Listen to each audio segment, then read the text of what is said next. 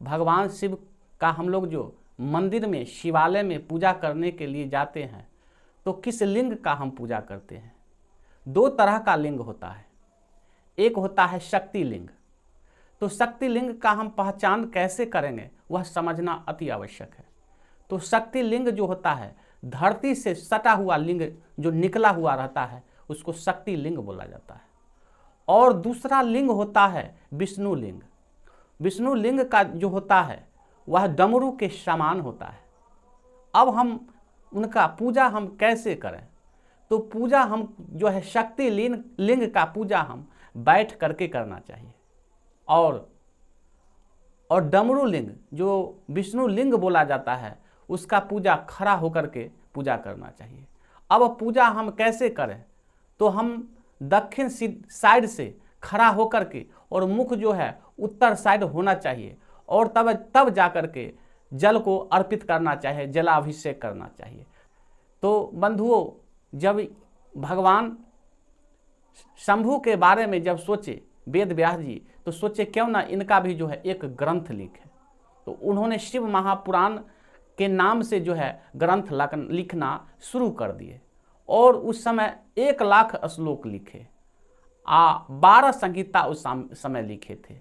लेकिन सोचे अब कलयुग आने वाला है और कलयुग में मनुष्य को जो है सो हमेशा बिजी ही रहेगा, हमेशा जो है सो उसको समय नहीं मिलेगा, इसलिए उसको जो है छोटा कर दिया जाए।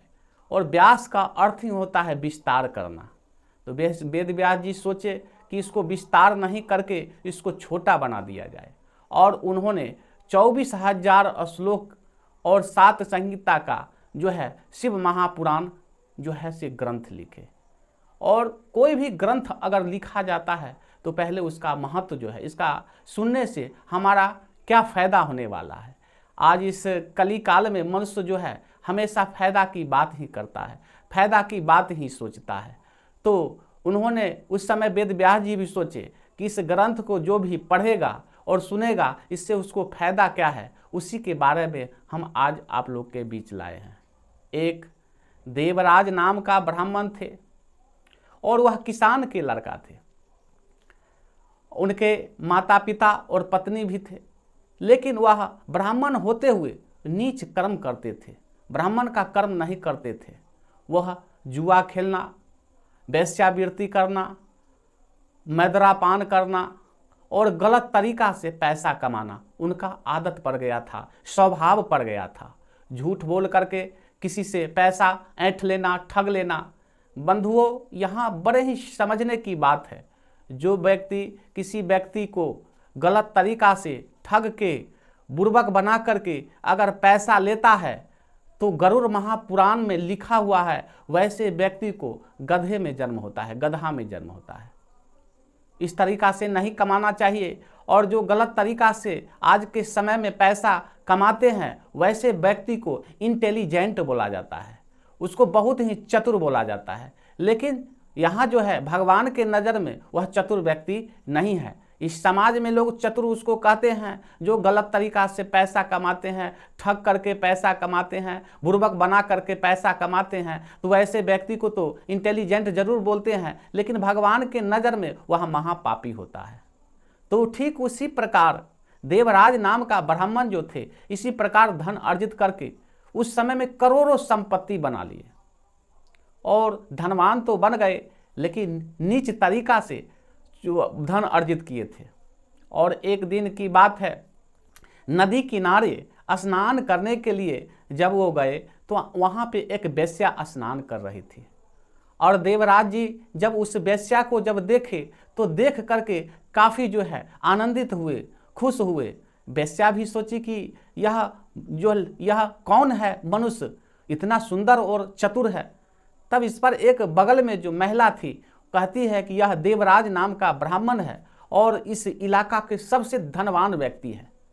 इस पर वेश्या जो है उस पर जो आसक्ति जो है उसका हो गया और देवराज से सोचा कि क्यों ना ऐसे पुरुष को फंसा लिया जाए ताकि हमको जो है सो पैसा का दिक्कत नहीं होगा।